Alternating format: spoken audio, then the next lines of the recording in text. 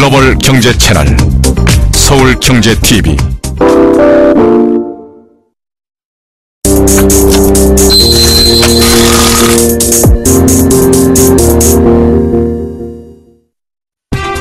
안녕하세요. 뉴스인마켓의 최리나입니다. G2 악재가 일단은 조금 한숨을 돌렸다 싶으시죠? 중국의 2분기 GDP가 7.5%. 제가 어제 이 시간에 섰을 때 아주 따끈하게 지표가 나온 직후였었습니다. 그때 굉장히 기억나시죠? 코스피가 지표가 예상치 부합하면서 상승 전환했었는데 어제 어떻게 끝났습니까? 쬐끔 오르고 말았습니다. 사실은 쬐끔도요, 막판에 외국인이 사지 않았더라면 기관 매도로 그냥 밀리면서 끝날 수도 있었습니다. 결국에 중국의 지표가 예상치에 부합해서 안도감을 주긴 했지만 거꾸로 얘기하면 큰 상승 모멘텀까지 되진 못했습니다. 물론 욕심이 과했다라고도 얘기하실 수 있어요. 지표가 굉장히 안 좋았으면 빠질 수도 있었겠지만 애매하게 예상치에 부합하면서 정부 당국의 어떤 부양책을 기대하기에도 지표가 그럭저럭 또 괜찮은 편이고, 그렇죠? 아주 또 좋은 것도 아니고, 아무튼 뭐 그냥 그렇게 나왔습니다. 그래서 어제 시장도 사실 중국 지표가 나왔나 싶을 정도로 지수는 보합권에서 마감을 했더랬죠. 자, 그러면 냉정하게 G2의 악재가 어느 정도는 일단락된 시점, 우리 시장은 지금 1870선대, 아니 60선대까지 밀려있는데요. 여기에서 우리가 어떻게 투자해야 할 것인가 라는 원론적인 물음을 가져볼 때가 됐습니다. 이제 뭐 바닥이 어디냐 이런 걸 논하는 상황은 아니잖아요. 자, 그러면 그 얘기는 조금 잠시 후에 해답을 풀어보기로 하고요. 뉴욕 증시 마감부터 살펴보겠습니다. 또 사상 최고치를 기록했다죠. 다우와 S&P 500 지수가 벌써 사흘 연속 신기록 경신을 이어가고 있습니다. 다우는 15,484선 정도에서 전일 종가 대비 20포인트가량 추가 상승에 끝이 났는데, 물론 오른편에 보시면 퍼센트로는 굉장히 미미한 0.1 내지 0.2% 상승률, 급등은 아니었지만 사상 최고치 경신을 계속해서 이어나간다는 것이 대단하다 싶습니다. 잠깐 차트 보실까요? 네, 지금 S&P 500 기준으로 보게 되면요, 아직까지 5월 고점을 넘기지 못했습니다. 그렇죠? 5월 장중 고점을 넘기려면 한 5, 6포인트 정도 더 필요한 상황이고요. 다우 역시 마찬가지 상황입니다. 15,540 라인까지 넘겨야만 사실 장중 고점까지 완전히 깨는 신고가가 기록되는 것이니까요. 나스닥은 이미 그렇게 하고 있습니다. 12년 9개월 내 최고치이기 때문에 5월 때 고점을 이미 장중 종가할 거 없이 모두 넘기고 있죠. 한 가지 더 기록을 좀 숨겨져 있는 기록을 말씀드리면요, S&P 500 지수는요, 이미 이때부터 시작해서 이 눌림목에서부터 8거래일 연속 오르고 있어서 2013년 들어서 최장 기간, 가장 긴 기간의 랠리를 지금 보이고 있습니다. 네, 그럼 어떤 재료로 뉴욕이 이렇게 큰 폭은 아니었지만 사상 최고치, 상당히 부담이 있고 착실한 매물이 쉽게 쏟아질 수 있는 자리에서도 쬐끔이지만 더 오를 수 있었는가? 재료를 좀 보면요, 역시 기업의 실적이었습니다. 차트 잠깐 보여드리겠는데요. 지금 이것이 이제 웰스파고라는 미국 대형은행의 주가 차트가 되겠고요. 앞서서 역시 실적 호조세를 기록했던 JP모건 체이스 역시 신고가 그룹에서 머물고 있습니다. 이런 가운데 간밤에 시티그룹의 실적이 나왔죠. 물론 역시 신고가를 노리고 있고요. 갭 상승을 동반한 2% 가까운 상승세로 마감이 되었습니다. 2분기 순이익이요, 1년 전 같은 기간보다 40% 이상, 정확히는 42% 정도 늘어났다고 하는데, 미국의 모기지 쪽이 살아나면서 그 덕을 톡톡히 봤다는 분석입니다. 물론 지표는 조금 혼조세를 보였습니다. 기대를 했던 것은 6월달 소매 판매였는데 소매 판매는 조금 부진했습니다. 물론 증가세는 석 달째 이어졌지만 증가 폭이 예상에 조금 못 미쳤고요. 오히려 기대를 별로 안 했던 뉴욕 쪽의 제조업 지수를 나타내는 엠파이어 스테이트 지수가 5개월 내 가장 좋은 그런 흐름을 보였습니다. 지표는 좀 혼조 양상을 보였지만 확실히 이제 기업들의 실적이 좋으니까 뉴욕 증시는 조금씩 계속 위쪽으로 지수를 추가하고 있는 그런 흐름입니다. 참고로 유럽은요, 중국의 2분기 GDP 지표가 예상치에 부합하면서 안도 랠리 속에 역시 같이 동반의 상승세로 마감을 했습니다. 자, 이번엔 아시아 증시 상황을 한번 보여드리겠습니다. 일본과 중국을 좀 이어서 보시겠는데, 먼저 일본 니케이 상황입니다. 니케이가요, 이번 주말에 굉장히 중요한 이벤트가 있죠. 참의원 선거를 앞두고 그냥 보합권에서 조용하게 흘러가고 있습니다. 물론 큰 폭으로 빠지는 것은 없습니다. 참고로 어제 해양의 날 관련해서 하루 쉬었었는데요, 0.5% 가까이 오르면서 이제 15,577선 정도 그리고 있습니다. 물론 우리 시장이 부진한 것에 비해서는 오늘 상당히 좀 견조한 편인데, 어제 우리가 중국발 지표 호조, 소호조는 아니지만 보합권 속에 완전히 올라섰잖아요. 그때 좀 소외가 됐었었고 휴장이었었기 때문에 뒤늦게 호재를 좀 반영하는 것도 같습니다. 자, 중국 상해종합지수 한번 흐름을 볼까요? 어제 2% 가까이 올랐었어요. GDP 지표 나오고 나서요. 근데 물론 종가상은 1% 정도밖에 오르지 못했습니다. 정확히는 0.98% 정도 올랐었는데 오늘은 약간 울리네요. 0.8% 정도 내리면서 2040선에 걸쳐 있습니다. 중국 상해종합지수만 차트 한번 보시죠. 네, 번외기 효과 때문에 이렇게 한번 급등을 했었습니다. 그리고 한번 눌렸었고요. 어제의 상황이 바로 이것인데 1.8% 정도 오르면서 절대 2070을 못 넘어가는 그런 흐름이 보였었다가 오늘 결국에 약간 눌리면서 이격 조정을 합니다. 그러니까 번외기 효과를 한번 급등했었었는데 슬금슬금 내려오면서 지금 5일선하고 맞닿아 있네요.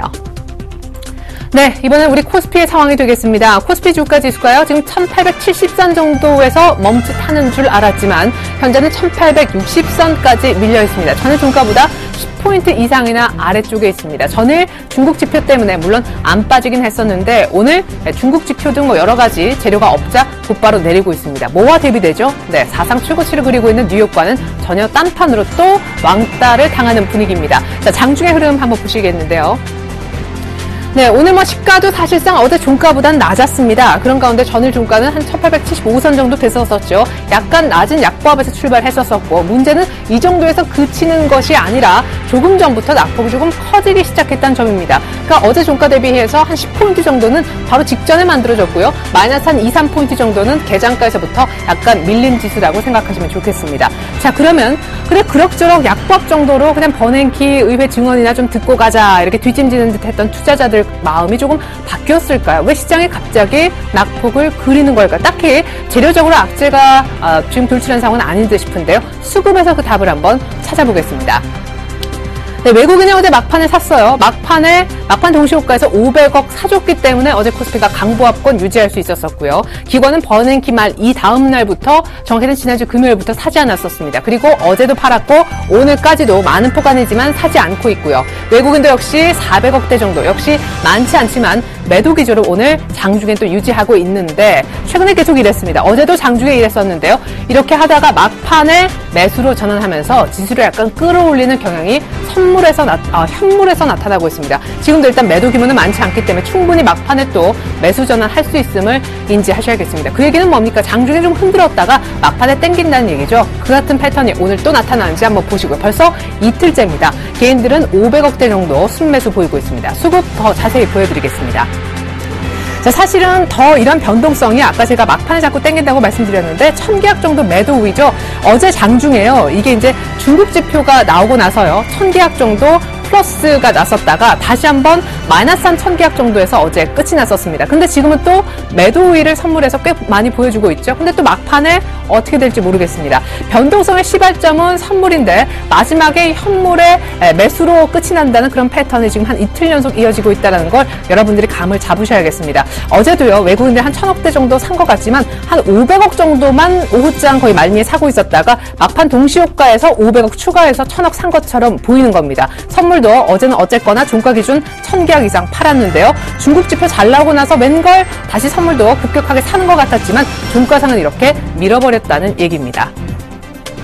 네, 외국인들의 선물이 만들어낸 변동성이 오늘도 역시 예외가 아니게 진행되고 있습니다. 자, 이번엔 코스닥의 모습을 보시겠는데요. 코스닥은 하루 만에 반등을 합니다. 534.22 어제 종가보다 한 2.5포인트 정도 더 위쪽인데요. 오늘 외국인들이 좀 많이 사준 것 같습니다. 수급 전에 분봉 한번 보여드리죠.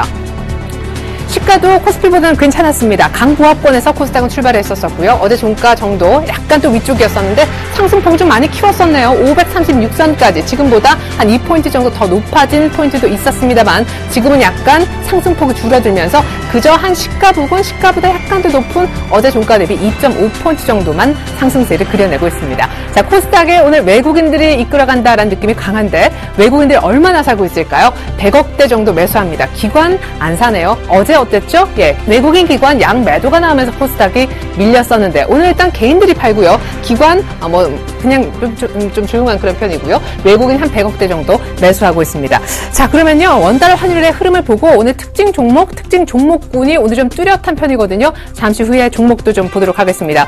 원달러 환율이 1120원대가 깨졌습니다. 3원 이상 정도 하락했는데 장중에는요. 1117원도 아마 깨졌던 것 같습니다. 잠깐 흐름을 좀 보시겠는데요.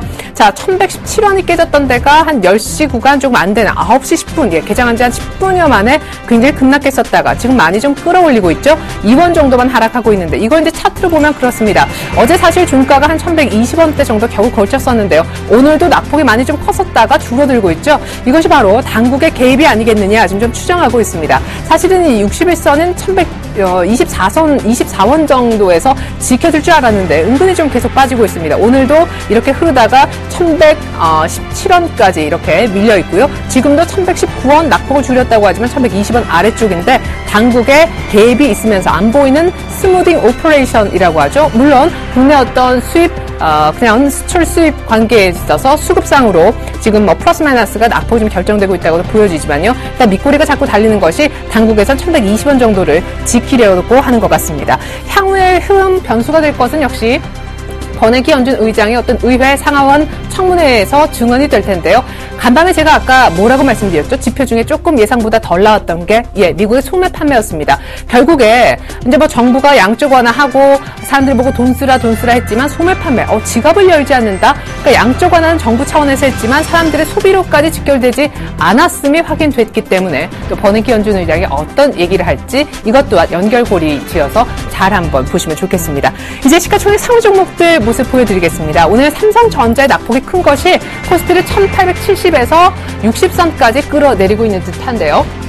1.6% 정도가 빠집니다. 자, 지금 제 차트 상으로 보면요. 지금 삼성전자가 1.6% 정도 하락하는데 매도 창구에 누구 이름이 많이 보이죠? 물론 매수 창구에도 좀 보입니다만 골드만삭스, 모건 스탠리 그리고 크레딧 스위스까지 외국인들의 매도가 다시금 시작된 듯합니다. 자, 차트 보여드리면요. 사실 135만 원 정도까지는 올라와야 됩니다. 왜냐하면 이전 고점 정도 여기를 이제 넘어서야만 추가적으로 뭐 140만 원 이렇게 얘기를 해볼 수가 있는데요. 이평선이 이미 145만 원대만이 몰려 있거든요. 근데 지금 130만 원대 안착도 힘겨워하고 있죠. 이렇게 자꾸 고점이 낮아지기 시작하면 좀 곤란할 텐데요. 일단 오늘의 하락이 별로 좋아 보이지 않습니다. 깨끗하게 지워놓고 다시 보면 21선 정도를 물론 하향하고 있는 21선이지만 강하게 뚫어줘야 되는 자리에서 약간 멈칫하고 있는 그런 흐름이죠. 물론 5일선하고는 만나고 있어서 오늘 약간 쉬어갈 수는 있는 자리는 맞네요. 자, 그리고요, 나머지 종목들 더 보시면요, 현대차 그리고 모비스, 기아차가 쉬어가는데 참고로 한 가지만 좀 공유해보고자 합니다. 제가 이제 여러 가지 이렇게 좀 살펴보다가 전일에 이제 연기금이 좀 많이 거래소에서 팔았거든요. 어떤 종목을 연기금이 거래소에서 많이 팔았나 보니까 지금 현대차가 보이시죠? 그리고 삼성전자, KT, 하이닉스 이렇게 있는데 현대차를 어제 많은 금액은 아니지만 꽤나 좀 정리를 했던 그런 편인 것 같습니다. 현대차를 잠깐 한번 볼까요? 네, 현대차도요 이미 이전 고점 정도 이 정도에서 이미 연기금은 많이 정리하고 나간 것 같습니다. 이때 못 팔아도요 한 이 정도 가격대 그죠? 이전 한 6월달 고점 정도에서 연기금은 결국 어제 물량을 좀 많이 정리했다는 그런 느낌이 듭니다. 최근에 보면 자동차 또 얘기 없죠. 조용합니다. 네, 나머지 종목의 흐름을 조금 더 볼 텐데 포스코도 한 1% 정도 밀립니다. 하지만 조금 올라와 있기 때문에 31만 원 정도로 여유 있는 모습이고요. 삼성생명이 어제 좀 많이 흔들렸었는데 삼성생명은 매매하시는 분들은 아시겠지만 워낙 차트가 조금 이렇게 흔들면서 가기 때문에요. 오늘 역시 다시 1% 정도 상승하면서 사실은 박스권을 조금 좁혀나간다라는 느낌도 듭니다. 나머지 종목 더 보시죠. SK하이닉스가요. 오늘 한 28,000원대 그래도 약보합에서 큰 무리 없고요. 2분기 영업이익 좋게 보는 증권사에서는 1조까지도 기대를 하고 있죠. 신한지주도 약보합. 오늘 LG화학이 소폭 밀리네요. 포스코, LG화학, 철강과 화학의 대표주들이 한 1% 정도가량 교정받는다. 이렇게 보시면 좋겠습니다. SK텔레콤이 이렇게 어지러운 시장을 틈타서 강보합권으로 올라옵니다. 자, 오늘 특별히 제가 오르는 종목군이 굉장히 분명한 날이다. 이렇게 말씀을 드렸는데요. 어제까지만 해도 이 연일 강세를 띄웠던 2차전 직원을 살짝 지는 것까지는 아니지만 숨을 고르고요. 오늘 그 빈자리를 틈타서 태양광이 반짝반짝 빛나고 있습니다. 자, 특별히 어떤 종목들이 오르는지 한번 보여드리겠는데요. 태양광, 하나케미칼 그리고 OCI가 벌써 나란히 6%대 급등하죠. SKC도 마찬가지 상황입니다. 오늘 좋은 소식이 나왔습니다. 중국 쪽에서요. 태양광 발전 2년 만에 4배로 확대시키겠다라는 지원책이 나왔습니다. 때문에 이렇게 급등세가 나오고 있는 것이고요. SKC까지도 말씀드렸고 작은 종목일수록 더 가벼워서인지 급등합니다. SCN도 2자릿수 상승, 넥솔로는 이미 상한가에 지금 들어가 있습니다. 태양광 관련주 더 한번 모아봤는데요.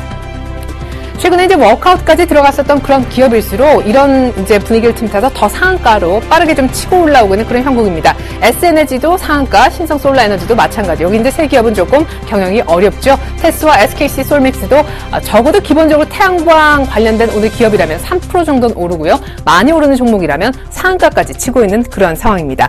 자, 이번에 조선주 한번 보겠습니다. 최근에 조선주가 수리 소문 없이 많이 왔었죠. 그 소리 소문은 사실상 들리긴 했었습니다. 잘 들리면 잇따른 수주라는 낭보 소식이 있습니다. 이런 가운데 오늘 삼성중공업도 추가 상승, 대우조선해양이 2%, 한진중공업도 2% 정도 오르고요. 약간 빠지는 종목들도 있습니다. 이게 별로 안 강하네. 태양광 정도만 많이 오르는 걸 뭐 이렇게 생각하실 수 있겠는데 차트 몇 가지 좀 열어보겠습니다. 최근에 뭐 신조선가 상승, 그 다음에 LNG선 발주, 또 최근에는요 컨테이너선까지 아주 발주가 이어지고 있다고 하는데요. 자, 현대중공업이 가장 사실은 늦습니다. 현대중공업의 조선주의 탑픽이었던 시대가 조금 저무는 것이 아닌가 싶을 정도로요. 현대중공업은 이제 저가 수주 때문에 수익성이 조금 낮고요. 아무래도 FPSO 관련해서 좀 LNG선, 뭐 드릴십 아무래도 강점 있는 이런 삼성중공업 같은 기술력을 확보한 쪽이 해양 플랜트 하는 쪽 아무래도 조금 더 차트가 좀 빨리 올라오고 있는 그런 상황이죠. 자, 보십시오. 어느덧 우리가 여기를 헤맬 때가 아니라 이미 이제 올 초의 고점 정도까지 빠르게 올라온 삼성중공업이고요. 대우조선해양도 삼성중공업 다음으로 차트가 났습니다. 올 초 고점까지 가려면 여기까지 가야 되겠지만 그래도 이전 고점 정도에는 와 있는 모습이고요.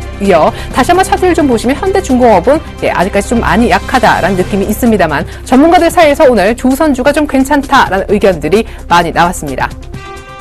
네, 이번엔 조선 기자재 관련주도 한번 모아봤습니다. 조선이 이렇게 뜬다? 아까 태양광 OCI가 떴을 때 관련된 작은 종목들이 같이 움직였듯이 조선주가 급등한 날 조선 기자재도 역시 예외가 아니군요. 성광배는 오늘 많이 빠지는 것 같지만 잠시 후에 차트 한번 열어 보여드리겠습니다. 이게 오늘 빠지는 종목이 아니라는 것을요. 유니슨, 태웅, 오히려 태웅 같은 종목이 바닥권에서 지금 강하게 올라오는 중이고요. 현진 소재, 특별히 오늘 동국 SNC가 갭을 동반하면서 분위기가 안 좋음에도 불구하고 업황이 그렇게 좋지 않음에도 역시 뭡니까? 수주를 해냈다라는 소식 때문에 급등합니다. 자, 잠깐 보도록 하죠. 자, 동국 SNC를 한번 찾아가 볼게요. 자, 오늘 한 6% 정도 급등하는데 역시 갭을 이렇게 동반한 아주 강한 급등이 나왔고요. 그 다음에 제가 이제 태웅이 이제 밑에서 조금 치고 올라오는 형국이다 이렇게 말씀드렸습니다. 그렇죠? 어느 정도 지금 이미 이런 상황이 진행이 됐습니다. 이것보다 이 피팅주 가운데 가장 빠른 종목이 바로 성광밴드입니다. 역시 수급이 가장 좋고요. 오늘 좀 빠지지만 빠지는 게 아니라는 것이 바로 이런 차트를 그리고 있기 때문입니다. 박스권, 긴 박스권, 올해 박스권을 모두 뚫어내는 오늘 사실상 한번 신고가를 찍고 밀리는 그런 중입니다. 네, 이번에 2차전지 한번 보겠습니다. 오늘 2차전지가 조금 주춤하다라고 말씀드렸는데 주춤 정도는 알아볼 필요가 있겠죠. 삼성 SDI 어제 6%대 급등하고 나서 오늘 안 밀리니까 강한 거겠죠. LG화학 역시 약보합세 정도이고요. 어제부터 삼성정밀화학은 2차전지로 많은 분들이 분류를 하고 계십니다. 삼성정밀화학은 한번 환기하는 차원에서 차트 한번 열어 보여드리겠습니다. 어제 급등뿐만 아니라 이전부터 사인이 있었구나 이런 느낌을 아마 받으실 텐데 오늘 약간 음봉 나오는 건 자연스럽습니다. 앞서 3일 연속이나 급등으로 여기까지 끌어왔으니까요. 네, 이제 일진머티리얼즈 한 3% 정도 빠지고요. 톱텍도 1%. 이제까지 오른 거에 비하면 아주 미미한 매물이라고 생각이 됩니다. 많아서요, 종목이 한 두세 판 더 좀 보여드리겠습니다. 자, 이렇게 대형주들 위주로 한번 보여드렸고요. 최근에 이제 좀 뜨는 만원 안 되는 리캠도 오늘 조금 매물이 나오네요. LNF. 하지만 아트라스 BX는 또 치고 올라오고 있고요. 구성. 많게는 한 3, 4%대 아니면 약보합 좀 강한 종목들은 버티거나 심지어 오르는 종목도 있는 날입니다. 나머지 종목 더 보시죠. 전반적으로 하지만 2차 전지는 오늘 조금 조용하게 매물 소화 과정에 있다고 보여집니다. 네, 상신 EDP는 한 4% 정도. 어제 제가 눌리면 좀 접근해보자라고 했었던 우리산업도 오늘 1% 정도 일단 조정 보입니다. 자, 그리고요, 이제 에너지 관련해서 저희가 ESS 오늘 테마도 불고 있어서 좀 준비를 해봤습니다. 정부 측에서요, 에너지 저장 장치인 ESS 요거를 의무로 설치해야 된다 이런 얘기를 했기 때문에 기대감 때문에 오르는 종목이 있습니다. 대표 주자는 바로 포스코 ICT가 되겠는데 오늘 상하프론테크하고 거의 급등하죠. 포스코 ICT 한번 보면요, 이제 10,000원을 들어갈 것 같습니다. 전문가분들도요, 이거 이제 52주 신고가 계속 경신할 수 있을 것 같다 라시면서 만약에 굳이 사고자 한다면 한 5일선 정도 부근인 9,200원 정도 매수해서 분할 매수하면 좋겠다. 예, 지금 가격은 아직까지 비싸군요. 자, 반면에 아까 화면에 잠깐 보여줬었는데 삼화전자, 삼화콘덴서, 삼화그룹주들 가운데 이 두 종목은 좀 빠집니다. 삼화전자가요, 투자 우려되는 경고 종목이다라고 해서 안 좋은 그런 지적을 당했기 때문인데요. 자, 한번 삼화전자 차트를 좀 열어볼까요? 7% 정도 급락합니다만은 어제 상한가를 갔었습니다. 스마트 그리드 관련된 그런 테마로 포스코 ICT와 함께 이해하시면 좋겠는데요.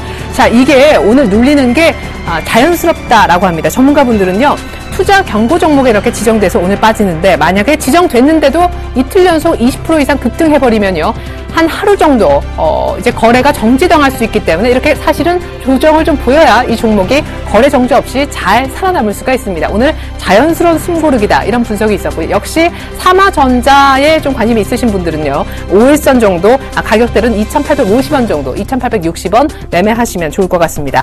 자, 이번에 핫한 테마가 오늘 좀 형성되지 않을까 기대를 걸어봤습니다. 이 종목 때문에요. 다날인데요.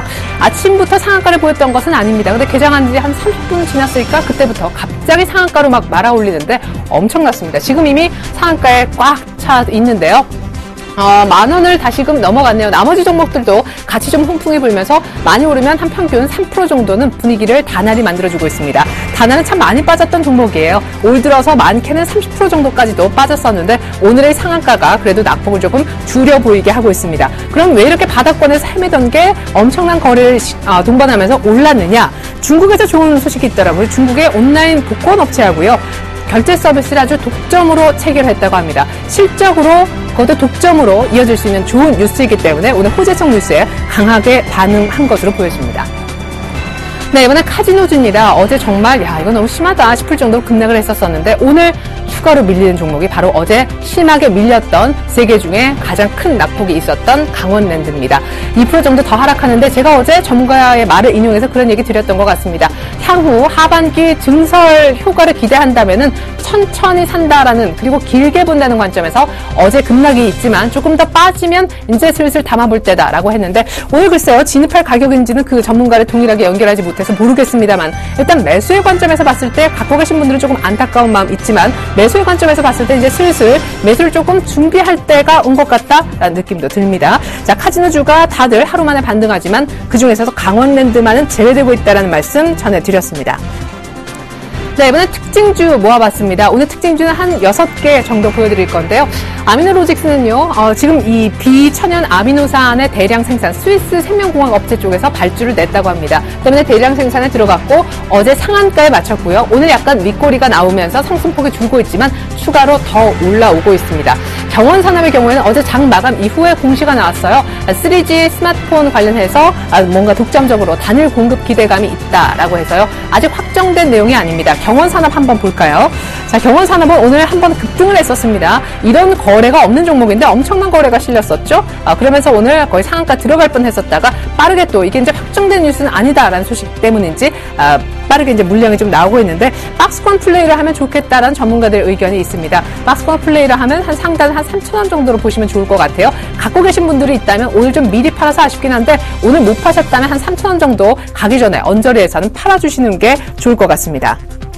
자, 그리고 알마켓 코리아는요, 경제 민주화 수혜주라 불리우죠. 왜? 삼성그룹에서 떨어져 나왔기 때문에 대기업 일감 몰아주기 위해서 좀 자유롭고요. MRO 규제에 따른 최대 수혜주, 오늘 4% 넘게 추가적으로 상승합니다. 재밌는 종목이 미디어플렉스인데요. 좀 대비해서 보시라고 CJ ENM 한번 준비해봤습니다. 미디어플렉스, 얼마 전에 제가 특징주로 준비했었던 기억이 생생합니다. 왜죠? 예, 외국인 매도 나오면서 엄청나게 하루 만에 갑자기 하한가 맞았기 때문입니다. 아니, 며칠 전에 신고가 기록하다가 며칠 후에 하한가 맞았습니다. 이거 어떻게 될까 했었었는데 곧바로 그 다음날부터 슬금슬금 반등을 오늘까지 무려 나흘 연속이나 이어서 오고 있죠. 사실상 냉정하게 보면요, 하한가 이전 주가를 거의 다 회복했다고 해도 과언이 아닙니다. 이런 종목은 강한 종목이죠. 아마 이때 사신 분들은 뭐 이때 팔았으면요 수익 극대화가 됐습니다. 팔고 또다시 샀던 이런 신의 한 수를 누리셨던 그런 분들이 계셨는지 모르겠는데요.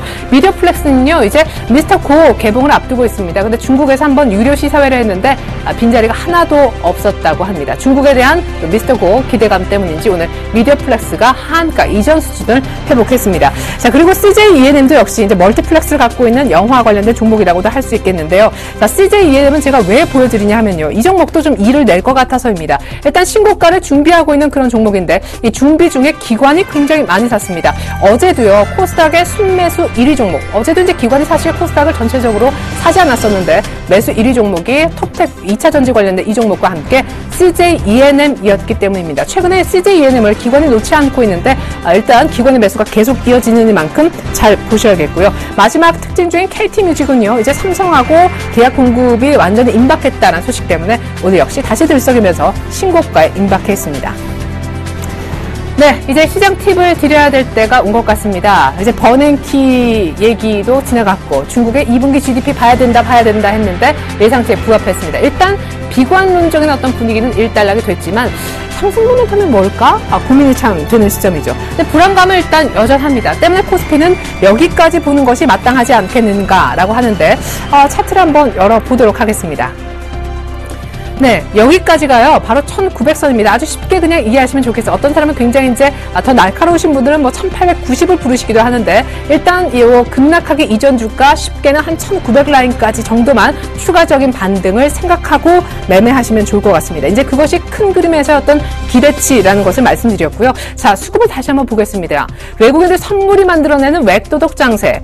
이제 선물에서 변동성이 우리 주식시장 일반적으로 아시는 현물까지 이어지고 있는 그런 상황인데요. 오늘도 그것 때문에 70선까지 갔다가 60선으로 밀리고 있는데 마지막에 외국인들의 현물이 다시 한번 매수세로 전환되는지 잘 보십시오. 자, 그것이 왜 중요한가 하면요. 외국인들은 쭉 빼놓고서 막판에 동시호가에서 산다라는 것은 외국인들 무조건 싸게 사고 싶다라는 얘기입니다. 그 얘기인즉슨 우리는 어떻게 해야 될까요? 우리도 비싸게 사면 물린다라는 얘기죠. 적어도 종목이 됐든 지수 관련된 ETF를 하시든 간에 양봉 추격 매수하시면 물릴 수 있고요. 외국인들이 적어도 하는 것처럼이라도 우린 해야 되잖아요. 그죠? 뭐 그들의 정보를 모두 다 알 수는 없지만 돈도 다르고요. 그죠? 자금력도 다르기 때문에 우리도 운동해서 좀 싸게 괜찮은 종목을 매수해야겠습니다. 2분기 어닝 시즌이니까 당연히 실적이 좋아져야 될 테지만 이 실적이 좋아진다는 것도요. 어닝 서프라이즈도 있겠고 지금은 별로지만 하반기 전망을 할 때 이 전망이 굉장히 좋은 종목도 역시 실적 호전주를 할 수 있겠습니다. 그리고 한 가지 놓칠 수 없는 부분은요. 내 종목이 아직도 마이너스래. 돈을 못 버는 회사래. 라고 하지만 지난 1분기보다 적자 폭이 줄어든다면 그것 역시 아주 좀 정밀한 관점에서는 실적 호전주라고도 할 수 있으니까요. 적자 폭이 줄어드는지 그 얘기는 곧 1분기가 저점이 되는지 내 종목이 혹은 관심 있는 종목이 그것도 실적 호전주임을 다시 한번 알려드리겠습니다. 자, 단기 반등은 한 1900 정도까지만 보시고 낙폭과대주를 조금 더 끌고 가시되 실적 관련해서는 다시 한번 점검이 필요한 때인 것 같습니다. 지금까지 최애리나였습니다. 고맙습니다.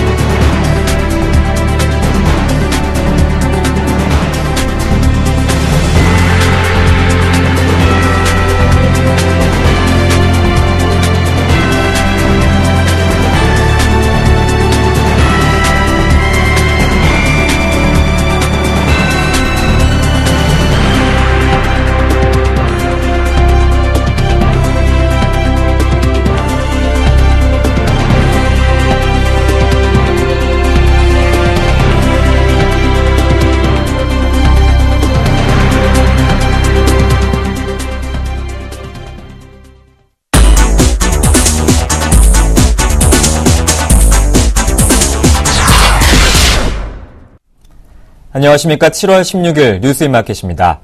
방송통신위원회가 과잉보조금 경쟁을 벌인 이동통신사에 대해 강력한 처벌을 할 방침입니다.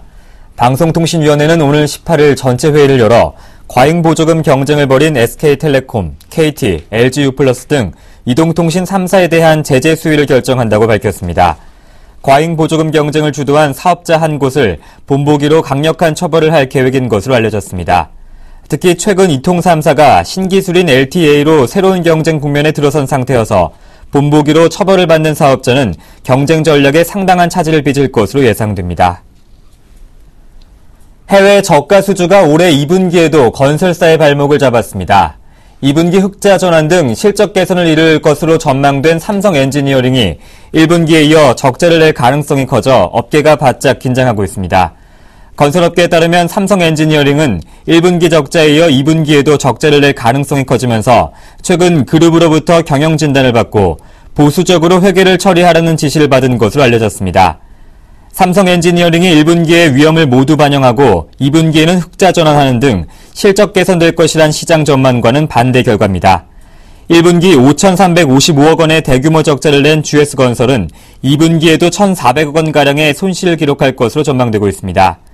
1분기 2,438억 원의 영업 손실을 낸 SK건설은 2분기 소폭 개선된 실적을 올리는 데 그친 것으로 관측됩니다. 건설사의 한 관계자는 저가 해외 공사에 따른 실적 악화와 긴축, 구조조정 등 부정적인 소식이 가뜩이나 어려운 건설업계 전반에 악영향을 미칠까 우려된다고 말했습니다. 외국계 투자은행들은 한국은행이 올해 기준금리를 현재 연 2.5%로 유지할 것으로 전망했습니다. 외국계 투자은행인 바클레이즈, 시티그룹, 골드만삭스 등은 최근 보고서에서 한국은행이 올해 기준금리를 동결할 것이라고 분석했습니다. 이들은 한국은행이 내년 하반기에나 기준금리를 변경할 것으로 보고 있습니다. 시티그룹은 한은이 7월에 기준금리를 동결한 것은 긍정적인 경기 회복 전망과 일맥상통한다며 앞으로 한국 경기가 크게 악화되지 않는 한 기준금리는 현 수준에서 동결될 것이라고 내다봤습니다. 국내 주식시장에서 공매도와 대차 거래가 증가 추세를 보이고 있습니다. 삼성증권에 따르면 유가증권 시장 전체 거래량 가운데 공매도가 차지하는 비중은 지난 2010년 하루 평균 2.3%에서 올해 7월 4.3%로 2배 가까이 늘었습니다. 올해 들어 3%대에서 움직이던 하루 평균 공매도 비중은 미국 양적 완화 축소 우려 등으로 코스피가 급락한 5월 이후 4%대로 올라섰습니다. 공매도 비중이 증가하자 대차 거래도 늘고 있습니다. 주식을 빌리고 나서 갚지 않은 물량인 대차잔고 주식수 비중은 2010년 하루 평균 1.2%에서 올해 들어 2.2%로 증가했습니다. 지난 1월 하루 평균 1.8%였던 대차잔고 주식수 비중은 7월 들어 2.6%로 급증했습니다. 7월 16일 뉴스인마켓이었습니다. 고맙습니다.